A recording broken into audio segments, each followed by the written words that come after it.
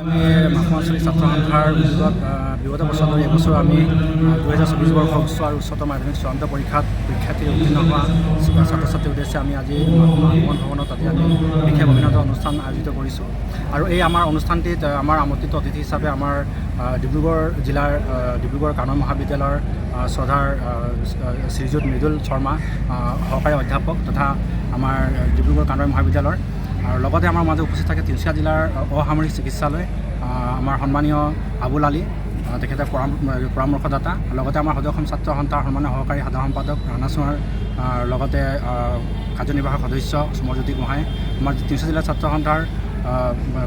সভাপতি চৈত্যব্ৰত গোহাঁই, লগতে সাধাৰণ সম্পাদক প্ৰতিম নেওগ ডাঙৰীয়া আমাৰ উপস্থিত থাকে আমন্ত্ৰিত অতিথি হিচাপে। আৰু বিভিন্ন আমাৰ দল সংগঠনৰ লগতে বিভিন্ন গণ্যমান্য আমাৰ ব্যক্তিসকল যিহেতু আমাৰ উপস্থিত থাকে। আৰু আমাৰ মাকুম মহাবিদ্যালয়ৰ অধ্যাপিকা ডক্টৰ মালমিকা ভূঞা ফুকন মাজত উপস্থিত থাকে। আৰু আজি আমি এই অনুষ্ঠানটি যিহেতু আমি ছাত্ৰ ছাত্ৰীৰ উদ্দেশ্যে কৰিছিলোঁ আৰু আমি আশা ৰাখিছোঁ যে ছাত্ৰ ছাত্ৰীয়ে আমাৰ এই মাকুম অঞ্চলত এই শৈক্ষিক শিক্ষাৰ ক্ষেত্ৰত এখোজ আগুৱাই গৈছে আৰু আমাৰ এই সমাজখন যাতে ভাল কৰি তোলে আৰু তাৰ বাবে আমি উৎসাহিত কৰি তুলিবৰ কাৰণে ভৱিষ্যত দিনবিলাক তেখেতসকলে উচ্চ শিক্ষাৰ বাবে আমি উৎসাহিত কৰিছোঁ আমাৰ মাকুম অঞ্চলিক ছাত্ৰ সন্থাৰ তৰফৰ পৰা। আৰু আশা ৰাখিছোঁ তেখেতসকলে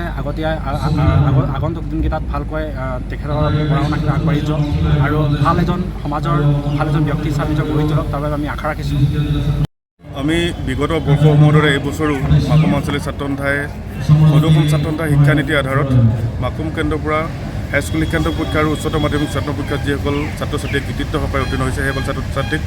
আগন্তুক দিনত আগবাঢ়ি যাব পৰাকৈ যাতে উৎসাহ লাভ কৰে সেই উদ্দেশ্যে আমি এই বিশেষ অভিনন্দন অনুষ্ঠানৰ আজি আমি আয়োজন কৰিছোঁ। আৰু তাৰ লগে লগে আমি আজি এই বিশেষ অভিনন্দন অনুষ্ঠানত হাইস্কুল শিক্ষান্ত পৰীক্ষা আৰু উচ্চতৰ মাধ্যমিক চূড়ান্ত পৰীক্ষাত অৱতীৰ্ণ কৰা আৰু উত্তীৰ্ণ হোৱা আমি প্ৰায় 150 ছাত্ৰ ছাত্ৰীক আমি ইতিমধ্যে